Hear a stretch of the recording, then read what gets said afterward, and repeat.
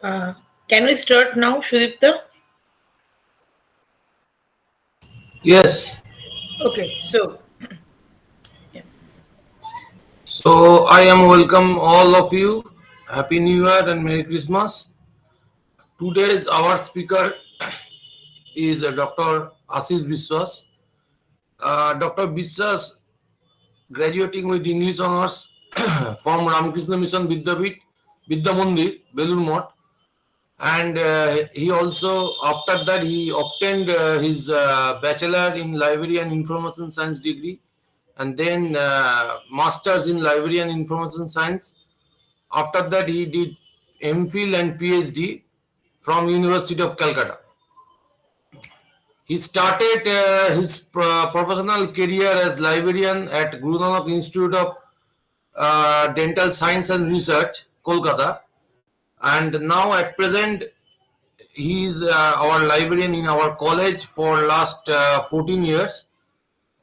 He is also associated with Indira Gandhi National Open University, that is also known as IGNU, as an academic counselor for last 18 years. He published a book on an introduction on library management, and an edited book in open source access, and also 14 book chapters, author of 14 book chapters and more than 36 research paper in various journals, international and national reputed. Delivered 12 invited speeches as resource person in different seminar, webinar and UGC HRDC program from 2020 to 23, and co-chaired the technical session in an international seminar. He also guided 25 IGNU Master in Library and Information Science dissertation. Dr. Biswas also nominated as honorary joint editor from 2020 to still now of College Libraries Association, UGC India Care Listed Journal, and Joint Secretary of WBCLA from 2018 to 2025. Since June 2022, he is also functioning as subject expert in Research Advisory Committee in Department of Library and Information Science, University of Gurbango. This is a very prestigious position, and also he recently received an award, IQAC 2023 Promising Research Award in International Conference on Academic Library on 5 to 8 April 2023 at University of Delhi. He also a member of different other academic bodies like BLA, ICAS, LIC and Indian Science Congress associations. So with this, I am welcome coming Dr. Ashish Biswas to deliver her very valuable speech to us. Thank you. Thank you, Dr. Sinha. Very good morning to all of you.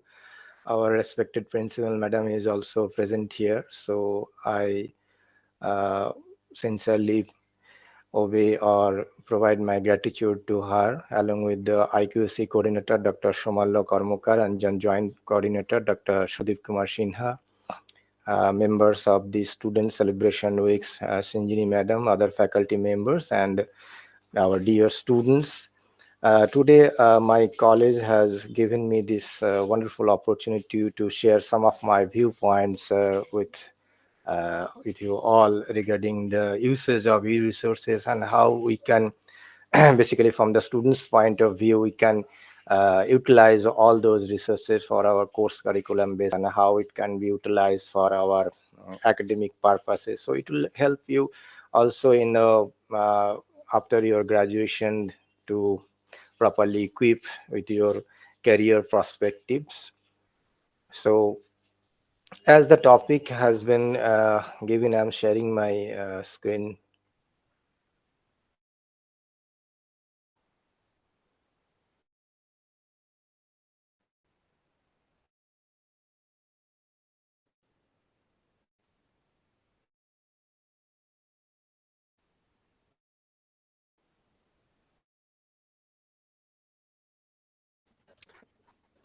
Is this screen visible? Yes, sir. Is the Yes, screen? yes, Yeah, yes. thank you, thank you. So, as the topic has already been given by the committee of Students' Week celebration, that how leveraging e-resources enhances learning, a comprehensive guide for undergraduate students. So, before starting formally, I want to say a very funny thing that we who are the daily local train commuters, sometimes if we find in the office time the all the seats are vacant, so uh, boarding into the train we get sometimes confused that which seat I will sit, whether it's a window seat or middle seat or whatever the other convenient places are there. Even I have felt that I get confused that which seat I will occupy. So it can also happen in case of e-resources. You know that today's digital environment or networked environment, there are so many informations in digital format are available. So sometimes whenever we enter into the jungle of information, we may get sometimes confused that which thing I will pick up, which things will be relevant, and whether it is authentic or not. These things are also very important in case of e-resources. So keeping in mind all these things, I have tried to incorporate some of the aspects which may help you to find out the resources, how to utilize, and obviously the authenticity of those informations. Okay, so let me start a very formal definition. I think all of you are aware about this, that what are the e-resources. Still, let me allow to deal with some lines regarding the e-resources, which encompass the broad spectrum of digital tools, platforms, and materials that can be accessed electronically. These include ebooks, online journals, multimedia content, databases, simulation of software, and more. So these resources are invaluable for expanding the horizons of traditional learning methods.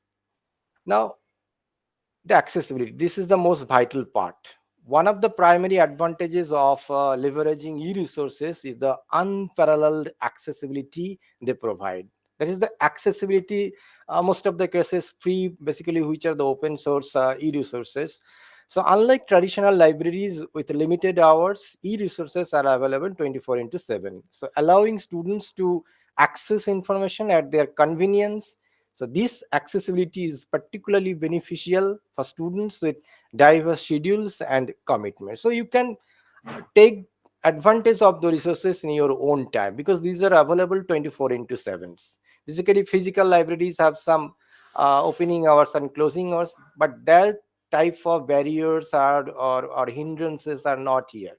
You can use in your own way, in your own convenient time. Now, the second important thing is, okay, informations are available, everything is there, lot of discussions are going on, etc., etc., but how you can access all those things, the sources are very important.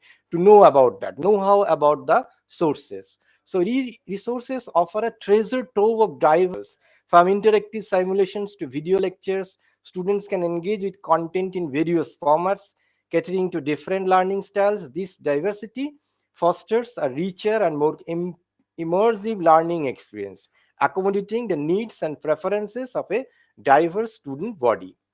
Now, regarding the learning materials, all of you are very much interested, basically the students, that is the Google. Whatever the thing we are in requirement, or we open out the network system and then we start Google. That is the very popular term is the Googling. So Google searching at the time of whenever doing thing, okay, simply you are doing the Google search. But if now I will mention some of the very simple techniques, if you follow, then you can access some relevant information. If you give a term that the cricket players on Google, then you see a lot of information will come on your screens. That is, can be said the information explosion. But all these things are not required by you. You want to require, or you want need some specific information about the cricket players. It may be subcontinent aspect, or it may be Indian players, or it may be Bengal players who have participated in Indian cricket. So this type of micro aspects whenever you want requirement, how you can edit your search terms. That is very vital thing. So use descriptive keywords. Begin your search with clear the idea about the I am mentioning basically for the students that you have the keyword which are the main theme of this topic, and the sum of the certain words which will help to cover all those themes. That is called the keyword. So you have to choose keywords very particularly, then you put that keywords in the Google, then you will get the relevant information. This is the very general point of view. The next point is that you can use the quotation mark for exact phrases. Like here in this slide I have used the climate change impact. Put these three phrases in the quotation mark or inverted mark. So then you will see that relevant information you will get. At least the first 20 links you will get the relevant information regarding the climate change impact. Then you omit the inverted marks, then you will see other irrelevant information may also come within the 20 links. But if you put this term within the inverted marks, then you will see the relevant information will come. Then another technique is that exclude words with minus sign. For example, you are requiring some information regarding the renewable energy, but you don't want solar system related information among those renewable energy. So that time you can frame in this way, the renewable energy minus solar. So that time, excluding the information related to solar energy, other renewable energy information you can get. Now site specific searches, that is, suppose you want some information from any particular site. Here I have given an example that suppose you want information for New York Times website related to technology. So whatever the information they have so far published or they have disseminated related to technology, so you want only those information. So how you can frame your search work? First, the site colon ntimes.com, that is the link of the New York Times, then give a space, then technology. Again, I'm repeating, site colon, then the link, then give a space, then the certain term or certain aspect on which you are trying to get that information, you mention that term. So that is called the site specific searches. The next thing is the file type searches. This is very simple. Suppose you are type on your Google that green library, then comma PDF. So all those PDF versions, articles, or that information which are available freely on the website. So you are getting that part. If you omit only the PDF, you just put the site, the information or the phrase, the green library. So lot of things will available, the blogs will come, websites will come, Wikipedia will come. But if you put only the PDF, then only the basically journal articles will come. Then the synonyms and or operator. Suppose you want information on climate change, but you know that or all of you are aware, or we know that climate change is very much related with the global warming. So climate change or global warming, so both type of information you will get. And another interesting thing is the use of wildcard. What is that? Suppose certain terms you can omit to expand your search option. Like for instance, here I have given sustainable, then I have used that sign wildcard, then practices. The sustainable practices are happening in different fields. So first of all, you want to get some general information, so you want all kinds of information. So that time you can use that type of getting for that type of information, sustainable, then wildcards icon, then practices. So it will cover all those information related to the sustainable features. Another thing is that utilize Google advanced search features. You can simply type on Google that Google advanced search option. Then it will take you to the another page where you will get that if you know the author, if you know the publisher, or if you can put that chronology. Suppose you want information from only from 2010 to 2023. So these type of options you can put that to edit your search options to get the more relevant information. Then another thing is that perhaps for at that time students perspective it is not required, but if you know all these things later on, it will be helpful for you, I think. That is the Google Scholar for academic documents. So you want to get some scholarly articles which are available in open source mode. So simply you type Google Scholar, then Google Scholar it will provide you that, and you to write on that blank box directly mentioned in the advanced search. You can put the time range option. So that is the very common thing that we are very much interested to Google. That's why I have mentioned some of the techniques. Later on, I will show. I will share this PPT in our Facebook library group. So this PPT will be available there. So dear students, if you want to get all those techniques, so you can download the PPT and you can follow the techniques as I have mentioned for the Google searching. Now let me focus on the open educational resources. What is open educational resources?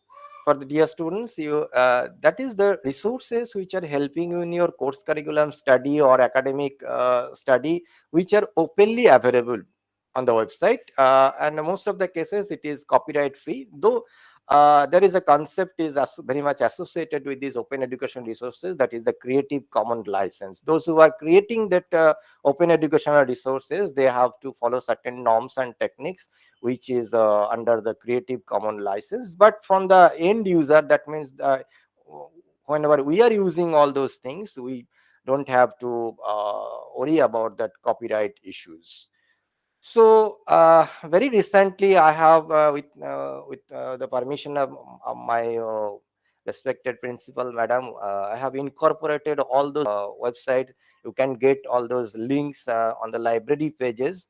So here I have mentioned I think 12 links are there. More than 12 links you can access that, but after rigorous studying regarding the open educational resources, I have mentioned here the 12 links. That is the Consortium for Educational Communication. Let me click on that.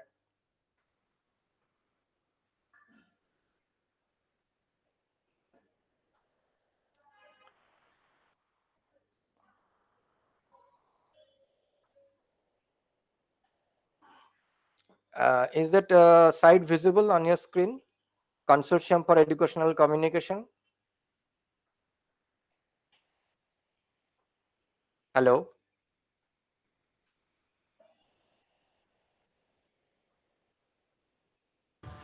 Mm, no, I can't say it. Ashish, that it's not visible for me. I don't know how about the students. Students, No, please answer. no, ma'am. It's Oh, not visible. We can see only your PPT slide. Okay, so first of all, I have to Probably need to share the entire screen, not only a single window. no, stop presenting. I have to do stop presenting.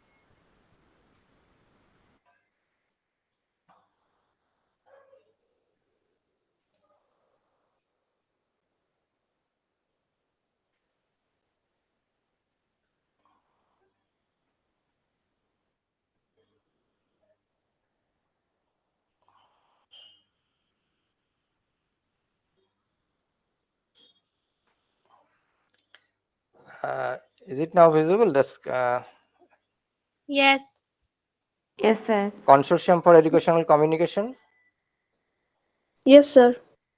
So this is a good, open educational resources. Going through this website, you can see here that open educational resources. Okay, so click on that, explore. So you can get curriculum classes, concept classes, skill initiative classes, beyond classes. So you can click here. Suppose I'm clicking on that curriculum classes.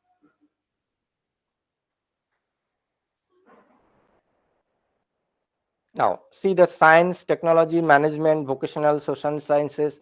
Suppose your topic is suppose geography. I don't know whether